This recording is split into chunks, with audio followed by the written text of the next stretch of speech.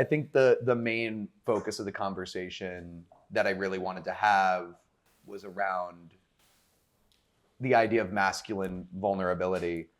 And I think, the reason that the four of us are sitting down, I think all three of you guys have really opened my eyes to the way that people can communicate in a way that is vulnerable and open without everything, kind of, for lack of a better term, becoming this mushy version of therapy talk. You told me right after Charlie died, one of the most impactful conversations I had really early, it might have been the day after.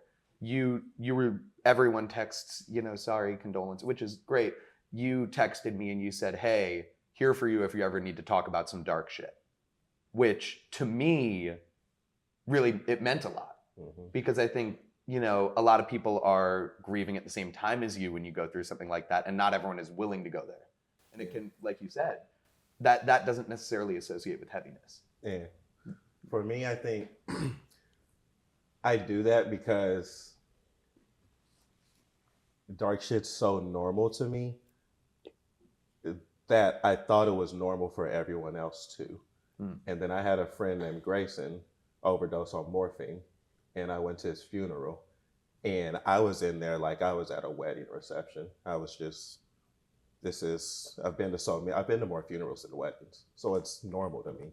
And I looked around at how emotional everyone was, and that was a moment where I went, oh shit, this is everyone's first real situation like this. I thought everyone was going through this.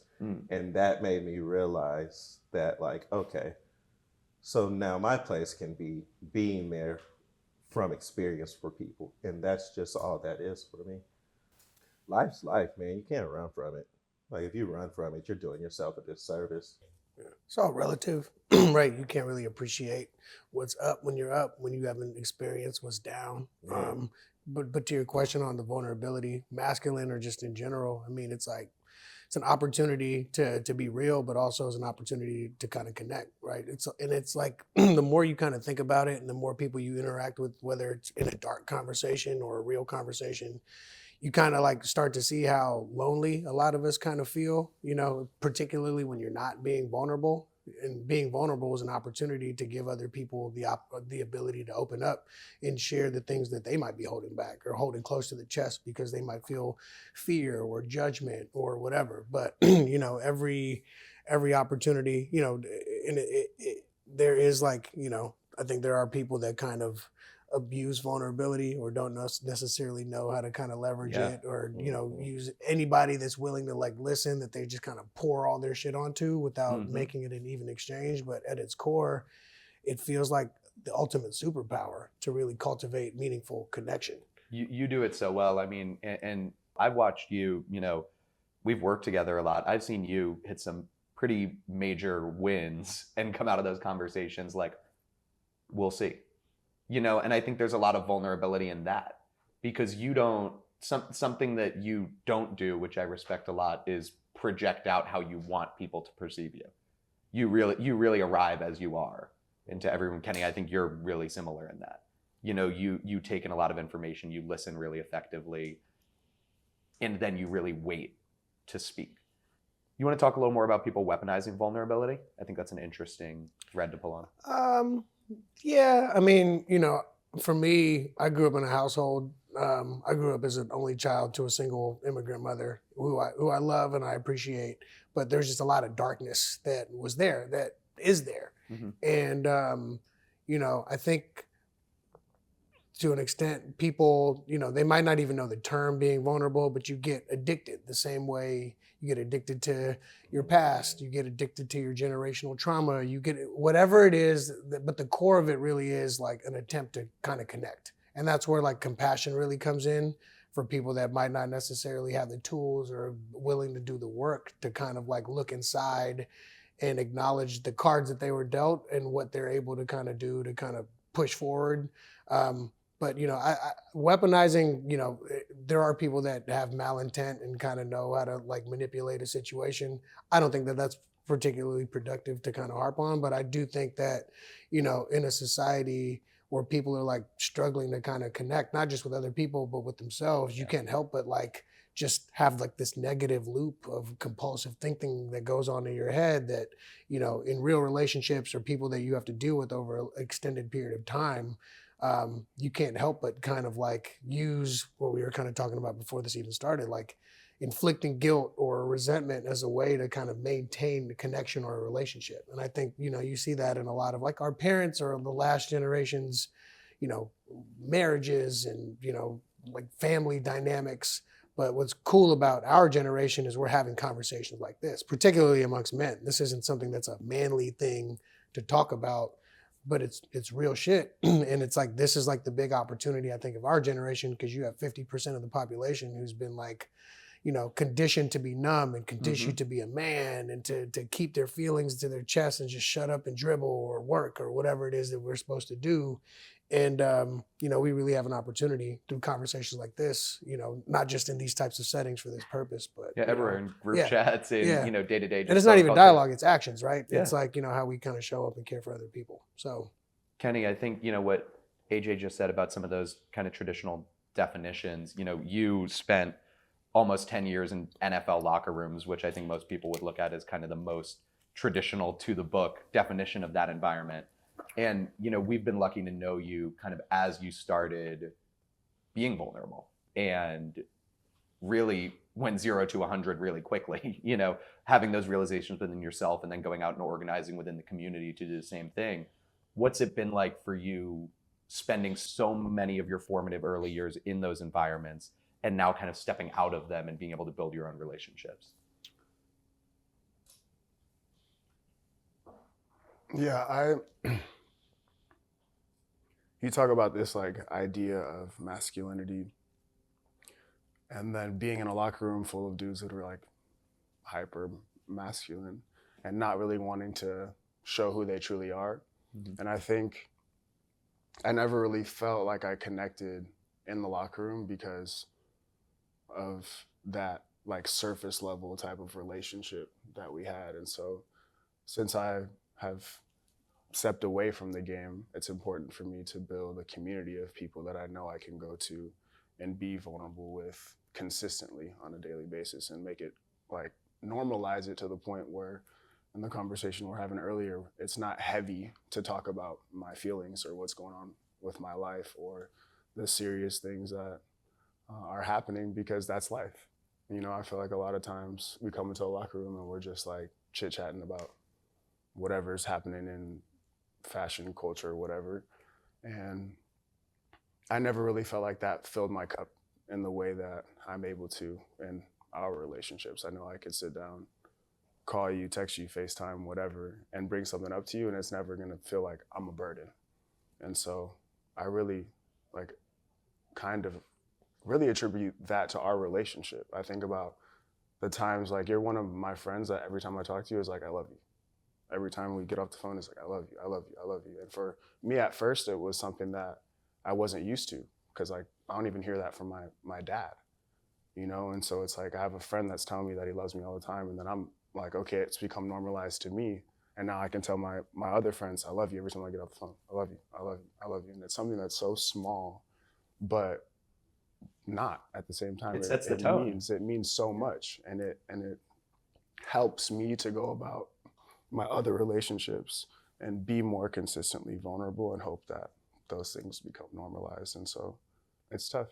I mean, society wants us to be a certain way and expects us to be a certain way, and we all have these ideas about what we're supposed to be. And so I try to just be a living example of questioning those things at all times and figuring out what works for me and not what works for everybody else. I think people confuse openness and vulnerability a lot. I think openness is a form of honesty, and vulnerability is a willing to be honest in a way that might change how somebody perceives you. You know, and you have gone out there time and time again with a public platform in a public forum and said things that could change the way that you're perceived. And what was the process like for you of kind of building into that as not as much of a reflex, but as something that you become increasingly comfortable doing? Yeah. I think once I realized that the only thing that really mattered was how I felt about myself, or how I thought about myself, or I looked at myself, that nothing else really mattered. And so I tried to really just focus on that idea of like, hey, you feel like you're doing the right thing, you feel like you're making the right decisions, you're standing up for the right causes, what have you, then nothing else really matters. And I think that process is a challenge because I grew up in a household where we're super judgmental and very like a perfectionist type. And my mom, my parents really stressed like how we represent ourselves in front of people, making sure you have clean socks and clean clothes and nice shoes, like everything. It was all about how you presented yourself. And so I cared so much about what people thought about me. And so I think, being a part of the protests and like having pushback and having like going through those like difficult parts in my relationship made me feel like, all right, I just have to be comfortable with who I am and the person that I look in the mirror. How have AJ, you built that over time? You're in a lot of rooms, especially with Slauson and Co, where vulnerability is not a part of it. Things can get pretty mechanical. How have you, in your day-to-day, kind of worked this newfound ability to be vulnerable into all those conversations? I think it's really important to, as you grow and knowing that like it's all kind of a journey in terms of thinking about, really taking the time to think about what your values are and how they kind of align with who you currently are and who you aspire to be. And, taking the time to reflect on what that actually means. And then how do you, instead of feeling like you have to take a big swing or climb this gigantic mountain in a day, how do you kind of incrementally integrate that in your daily interactions? It's like, so for me, just my journey in general, as I try to, unlearn a lot of the things that, I know Kenny talked about we all have with our family and our upbringing and you want to believe that it kind of comes from your parents doing the best that they can based on what the tools that they have available to them in their upbringing, and then, however far down the lineage that goes. But if you choose to do the work that a lot of us are talking about in this conversation, and you have the patience with yourself to trial and error what your values actually are, what sticks and what lands. But then I think for me, as I'm kind of now on this journey, 10 plus years of it's really self-centered, right? It's really about how do I not really fix myself, but how do I kind of, as I strive towards finding my best and highest use during my time on this earth, whatever platform I have, for Kenny it was, on the field and leveraging his talents in the sports world to be able to share something that had nothing to do with that, to get people to think differently about their role in the world. When I think about where I get to sit, whether it's in rooms with investors or entrepreneurs, and getting them to think differently about the DNA of the companies that they're building at the scale at which they want to build them, but at the earliest stage, thinking about how can you be intentional? How do you build in, how do you impact humanity in a more positive and equitable way through your daily actions, not through some like side hustle program in response to some terrible shit that happened in the world. There's places for that too, but how do you become incrementally relentless about integrating your values and living those values so that other people who see you in the way that you move are inspired to, take that and remix it however that fits into whatever it is that they do. So it's that old adage of being the change that you wish to see, but being incremental and relentless about how you move through your daily life. Yeah, it's a perspective, right? Just shifting your perspective from like, woe is me, to like, okay, I have this thing that's happened to me, or I've been through this thing, but I can use that as my superpower. Mm-hmm. And you set the tone. That's why we're here. Yeah. When we first met, when we went on that first road trip, through the South after you started the protest to connect with people there, I grew up in a bubble. I grew up as privileged as one can grow up while still having, a normal life. And the first phase of realizing that bubble wasn't real was really going to see the shit, with you. Yeah. And driving through the South and seeing all of that. And even as simple as, like working on kind of your digital team and checking in on your messages, when you were taking a knee during the national anthem and seeing what people were saying there. And then when Charlie died, is that bubble then fully pops, because you say, okay, now, you get to kind of learn how to carry the shit too.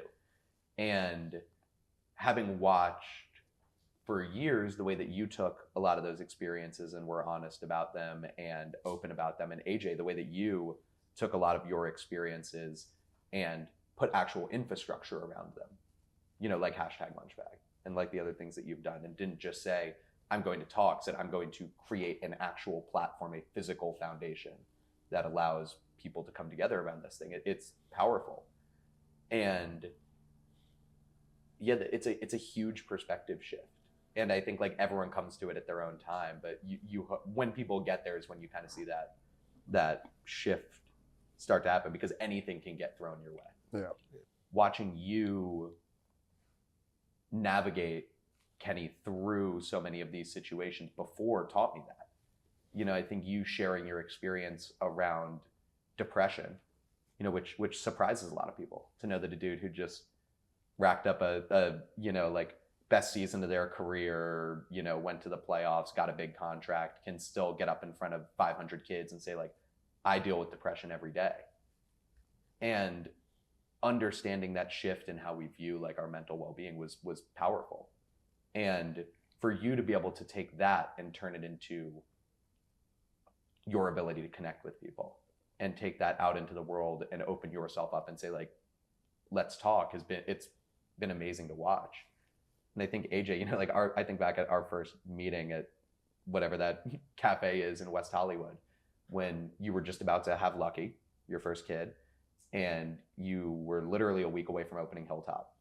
And you told me about the #lunchbag story, and the story of you the very first time going and handing out these meals, and this idea of giving back as a form of connection. And I think one thing I'd love for you to talk about that I think is a through line in everything, all four of us, is connecting with people and giving back is not a form of pity. It's not checking a box. You made very clear with #lunchbag, we will never use the word charity. This is not a charity. We're the same way with the Charlie Fund. We took that directly from you guys. This is not philanthropy. It's not a charity. I'd love for you to reflect on kind of like what went into that decision and building that language. Yeah, I mean, even I guess the catalyst for even performing those acts was, not dissimilar to what you guys just shared around, depression is something I deal with on a daily basis.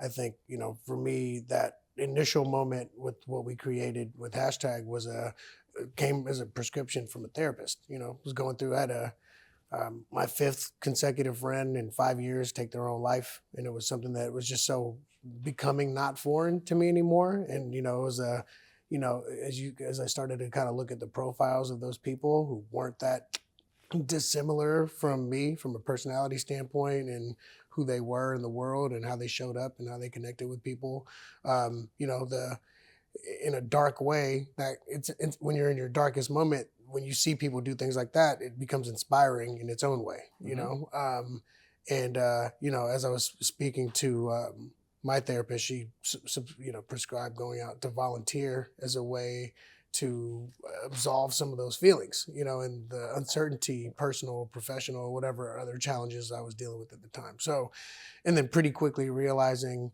as this was something that I was servicing for myself completely selfishly. It was a homework assignment that kind of turned into, I get it. I get the idea of performing an act of service to create some sort of connection, to realize that, it's not charity, it's an opportunity. It's a way to, and then now you realize that you're providing other people the opportunity to do the same thing, and you're using these meals as a vessel to really create connection, because that's what we're all seeking across the board, no matter what our political beliefs are or socioeconomic backgrounds are, or where we kind of sit on this ladder of society. We all just want to connect, right? That's why we're all here. And I'm not a religious person, but I began to really think of this idea of God as humanity just being connected. and even feeling that, whenever it could be something as simple as preparing a basic meal for somebody who doesn't know where their next meal is coming from and acknowledging them with a note to show that you can see them. But then in that moment, in that transaction, there's no you can't distinguish who the giver and the receiver is, because you're receiving as much as you're giving, and giving people that opportunity to be like, oh, without telling them, but helping people come to their own conclusion of whatever that looks like for them, with the hopes that they try to integrate something like that wherever it is that they go. And if more people kind of subscribe to that way of thinking, then there's no way you could ever possibly measure the way that you can change people's role in their everyday life and how they feel about their world. But the world, you got to believe, kind of advances in some way. Yeah. I think that's the best example of like being what you want to see in the world. Mm-hmm. And I think that aspect of who I am came from the people and the community that raised me, having a single parent, and then having a group of men and women step up from time to time to help with all the little things throughout my childhood and my upbringing. And so it's now, I feel like my personal responsibility to do those things, because that's what was done for me. And it almost like, it doesn't feel like I'm doing anything but what I'm supposed to be doing. It's not like somebody did that for me. I'm like, okay, I'm thankful that they did that for me. Now I have to turn around and do the same thing for other people, in hopes that thing just keeps going like a domino and affects everyone else. I think something that you three are all really good at that I'm not is connecting with strangers. I think out of the four of us, you the most fearless person I've ever seen interacting with people you've never met before. And I believe that is a product of language. You're an incredibly gifted writer, which gives you the vocabulary, and vocabulary is the tool that we use to connect with ourselves and with others. I've been writing since I was like 6. When it became a profession, I realized that skill is what connected to people most. And so it helped me understand that language was the door to the relationships that I can build. And also, it provides me a way to be sort of a portal of freedom for others. How I'll just, like, if you ask me how I'm doing, I might be like, honestly, man, today might have been the last day, but I had a sandwich and I'm cool now. And and then I'll just be like, what about you? Like, it's just so normal. You throw the door open. Oh, for sure. And there's freedom in that for people of like, you set the tone of the conversation to like, whatever the fuck you want to say. Yeah, it's like, oh, we're doing this? We're lights good? are on, hit it. All right, cool. If that's the case, and shit. Like, my mom's in the hospital and they might pull the plug any minute, and that's what I'm like, it's just a thing. And so, early on, I just realized that the power of words, and I try to use them very responsibly. I think you also, though, use them responsibly, and you're comfortable pushing people. Yeah. I've seen you love making people uncomfortable. Yeah. That's more than anyone. You love making someone uncomfortable. I've seen it in this very room, at parties, at things. If someone doesn't want to go there, and you think they can go there, I've seen you push them to go there. Yeah. What is discomfort mean for you in the process of communicating in that way? Let me sit with that for a second. I don't think I've ever been asked that. You're immune to it. I've never seen you get uncomfortable in a conversation. Literally one time. We've been in a lot of crazy rooms. What allows that to be the case for you?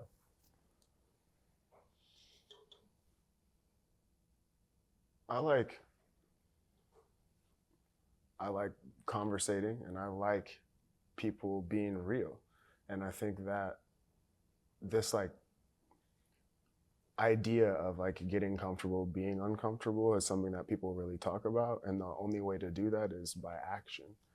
And so when those things go down, it's like I almost feel more in the zone in those spaces than I do like at the surface level. Yeah. The surface level makes me way more uncomfortable than people coming and being real. And so I just feel like it's fake. And so all the real shit to me is what I gravitate to and what I feel the most comfortable in. And I mean, you take a knee in a stadium in front of 100,000 people every week during the national anthem, and that'll build some inherent connection with the real shit. Yeah, no, I think that obviously changed my life forever.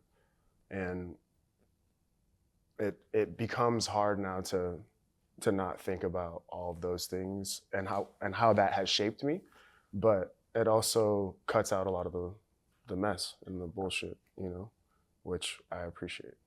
I think a lot of people probably left your life at that time because they couldn't have an uncomfortable conversation with you. People who disagreed with you about what you were doing, instead of having the no, let's talk about it. Like, let's talk about why you disagree with it. A lot of people probably were just like, it's easier to not have this person in my life than it is to communicate. Sure. And you weed out people pretty quickly if they don't want to go there. Yeah, and I just don't think that we're on the same frequency if we can't go to those places, and then that means what's the point of us having any type of anything? You have to be willing to go there. Yeah. I mean, going to those places is the only way to go forward. Yep. Like, it's like, picture this as discomfort and you're trying to get somewhere in life. If you come here and you're not willing to go over or through it, then you're just going to go backwards and revert back into the darkness. And now you're getting worse and further. And you're wasting time trying to figure out how to go around it. Yeah. Because the easiest route is actually just through it. Right through it. And it might take a year or two, but it's going to take you a year or two to go this way versus 5 or 10 years if you're going this way. Like, all right, I'm going to come back when I'm ready. All right, I'm going to come back and I'm ready, because you're never going to be ready. And that's the intersection of care. Yeah. That's where like caring for each other the way that we do comes into play. Because for the four of us, we can say we're experiencing discomfort and we know that people aren't going to leave. Mm-hmm. In this group, we know that there's any level of discomfort that the four of us could be feeling, and we can share that with each other, and none of the other people will be like, I can't help you with that, Chief. Like it's there's freedom in that, because we know, I mean, everyone in this room, even people off camera, it's the exact same connection. That's why we're here. There's nothing we could share on these cameras or off these cameras that's going to make any of these people decide we're out. Yeah, that's one of my favorite things about our friendships, is that there's nothing I can't bring to the table that y'all will leave me for. And that doesn't mean that there's nothing I can bring. Like, y'all don't agree with everything I do or say or anything. We definitely don't. We definitely do not. But I know that I'll have a chance to be heard, and not only be heard, but talk through what I see. And then y'all will go, okay, yeah, I'm with that. Or, okay, no, let's think about it or look at it this way. But you'll at least let me land my plane. And I think there are a lot of people in life that don't feel like they have someone that'll let them land their plane first. And they actually stop them before they even take off. So it's like, well, fuck it. What's the point of being open with anyone? And then you go internal and you shut down. And I think that's the shit that kills people. Yeah. So I want to jump in with a quick question. We all grow up like kind of unaware of like the patterns or behaviors that we learn and that we absorb when we're kids, and then just start to, embody as we get older. Did you guys ever have that moment, or either the first moment or a big moment where you're like, oh shit, I'm doing a lot of stuff that's actually, I'm stuck in these behaviors that aren't helping me, and they're hurting my relationships with myself and with others? Like that reckoning moment. Moments. Yeah. Every day, Yeah. every day, Yeah, like to this day. before I got here, right now. I was talking to Dante about this before we started talking. I mean, I recently, at 39 years old, was inflicted with new childhood trauma as an adult. When you think about the relationship that you have with a parent and the power that they have over you. And as you were talking, I was like, it took everything in me to be like, I'm like, man, like I still feel like at any given moment, I'm going to get left. Yeah. And it's a weird feeling, because intellectually I've done or not even intellectually, but intellectually I know that that's not true. There's just too much friction in some of these relationships for X person to leave me, whether it's like a family member You or got a kids. business. And I got kids. I'm like, my kids can't leave me. They need me. I pay for everything. They can't drive. They can't drive the car. Like, no, yeah. They can't go anywhere. Yeah, they're not picking themselves up from ballet, So it's like, but it's a gnarly thought, because it's like you do all this work And then you think you're going to, at least I'll speak for myself, it's like you think you're going to arrive somewhere and be good, and then like you laugh at it because you're like, this is the work and this is the journey and this is the thing to you develop new tools and you combat these thoughts with those tools, whether it's breathing or reading or getting uncomfortable or exercising, something that's productive. A lot of people do a lot of unproductive shit to numb those thoughts and those feelings. But you just get comfortable with the fact that you're going to be uncomfortable, and and then hopefully there's moments where you can recognize how far you've come. Things that might have taken you out for 2 years that somebody might have said or done might take 2 months or 2 weeks or 2 days or 2 seconds, and then you're like, man, I remember when that used to take me out, and now it's like, oh, I got the tools, and then you acknowledge yourself for picking up and moving forward. So. I woke up this morning like, man, all this shit, I'm about to get rugged. I got to go and talk about my feelings and shit. I don't even believe what I'm about to say on all of these fancy red cameras and shit. You know what I mean? It's like, so I don't know. Do you think, one, I'll say the destination thing in terms of feeling good, that's something he beats into my head that like, that's not coming. And I watched him get paid, and we were in the car, we were running an errand in Miami, and we were just talking, and he was at the lowest point that he's ever been at. And this was after the big aha thing that athletes chase. And so to that, I say, that's just real. Another question I have for you is, so what I hear is abandonment. Mm-hmm. Do you think that I was raised by a single mom. Mm-hmm. My mom had me when she was 19 years old. Mm-hmm. Do you think that comes from being raised from a single mom? I think, I have a very soft, sounds like you were raised by a single mom as well. Yeah. So, not a coincidence. Yeah. I think there's a very unique experience that people with a single parent, and I think it's different for everybody. It's different for boys or girls or men, women or whatever that dynamic is. I think for me, it took up until, a month ago for me to finally not take it personally. Mm-hmm. Because you think that it's you, but as you get older and you realize that like your parents aren't perfect, they definitely didn't have everything figured out when they're human at the end of the day. So I think yes, and the thing that I realized is I never really developed a true sense of compassion for my mother's experience. I built a lot of like, damn, I got dealt a shitty hand. But then I also think about where I'm at, and I'm like, I wouldn't be the person I am and sitting in the position. I'm in a very privileged position, and I wouldn't have shit. I wouldn't have the family that I have.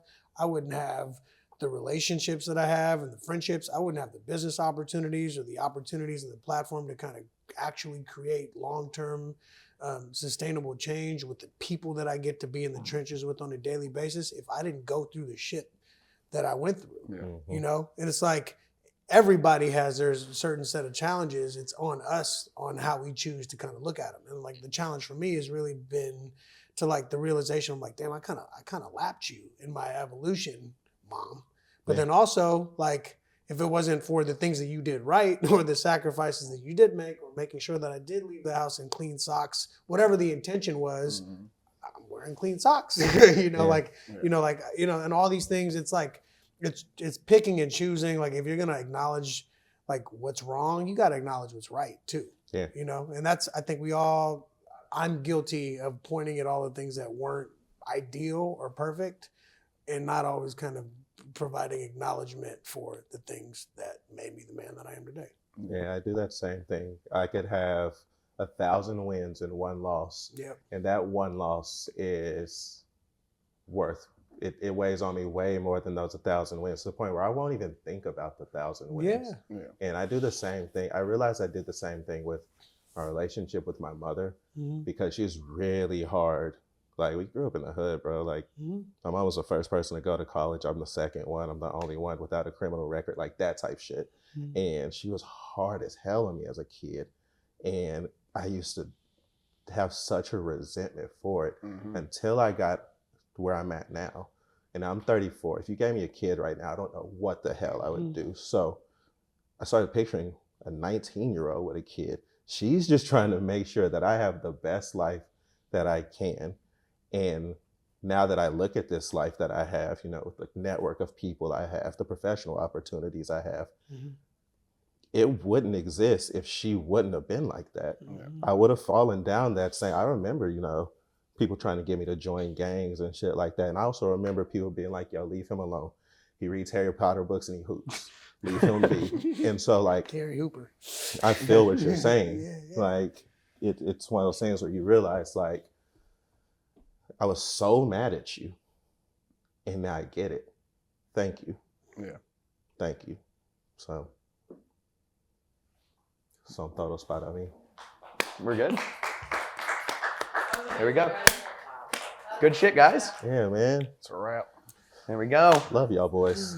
Love you guys. That was great.